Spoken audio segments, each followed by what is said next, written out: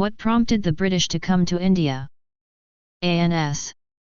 The British arrival in India was not a premeditated imperial conquest from the outset, but rather a gradual process prompted primarily by the allure of immense commercial profit, evolving over time due to a confluence of economic, political, and strategic factors.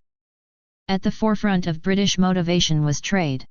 In the late 16th and early 17th centuries, Europe was captivated by the riches of the East. Spices like pepper, cloves, nutmeg, and mace, sourced predominantly from the East Indies, modern-day Indonesia, but also traded through India, were highly valuable commodities, commanding exorbitant prices in European markets. They were used not just for flavoring food but also for preservation and medicinal purposes. Indian textiles, particularly fine cottons like calico and muslin, and luxurious silks, were also in high demand for their quality and intricate designs, far surpassing European manufactures of the time. Other goods like indigo, a vital dye, and saltpeter, an essential ingredient for gunpowder, further added to India's commercial appeal.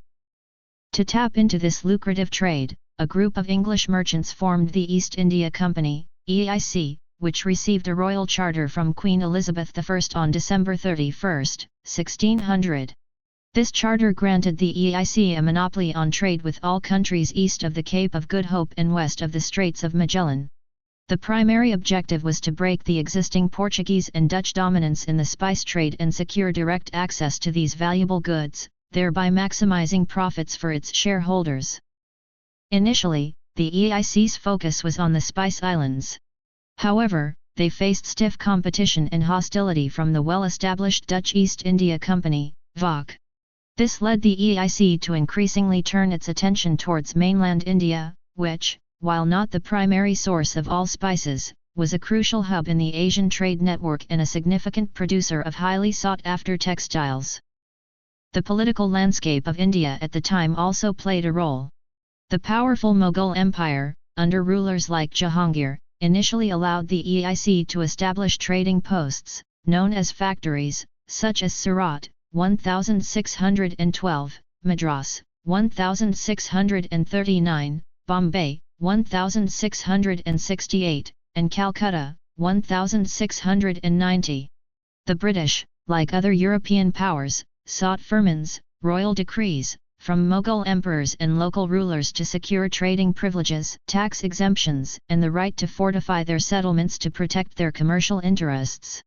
Sir Thomas Roe's embassy to the court of Jahangir in 1615 was a key step in formalizing these trading relationships. Competition with other European powers, notably the Portuguese, Dutch, and later the French, was another significant driver.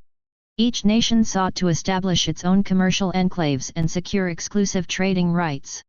This rivalry often spilled over into skirmishes and political maneuvering, compelling the EIC to develop its own military capabilities to defend its assets and challenge its competitors. Over time, especially as the Mughal Empire began to decline in the 18th century, a power vacuum emerged. The EIC, initially a commercial entity, began to exploit internal divisions among Indian princely states. The desire to protect and expand its trade interests gradually transformed into political and territorial ambition. Victories like the Battle of Plassey, 1757, marked a pivotal shift, allowing the EIC to gain significant political control and revenue-collecting rights, Diwani, in Bengal, one of India's richest provinces. This revenue then funded further expansion and trade. Thus, while the initial prompt was overwhelmingly economic, the pursuit of profitable trade in spices, textiles, and other valuable goods, the British presence in India was sustained and expanded by competitive pressures, the evolving political situation within India, and the gradual realization by the EIC that political power could secure and enhance commercial dominance, ultimately leading to the establishment of the British Raj.